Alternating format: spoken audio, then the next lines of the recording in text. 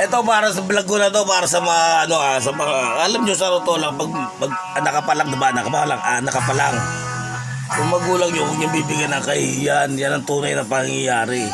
Kung malawak ang utak mo, o yung sa magulang naman, huwag nyo bibigyan ng kahiyan yung anak nyo. Yan ang tunay. O diba? Kahit sabihin mo na gano'n ka sama ng ugali mo. O diba? Yan ang tunay. Ang paggalang kasi nasa sarili yan eh. O diba?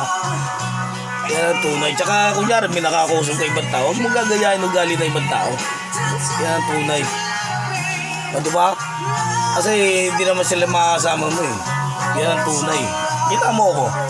Kahit sabihin mo na may girlfriend ako, problema sa pamilya, hindi ko kinukwento. Bakit? Makakatulong ka ba?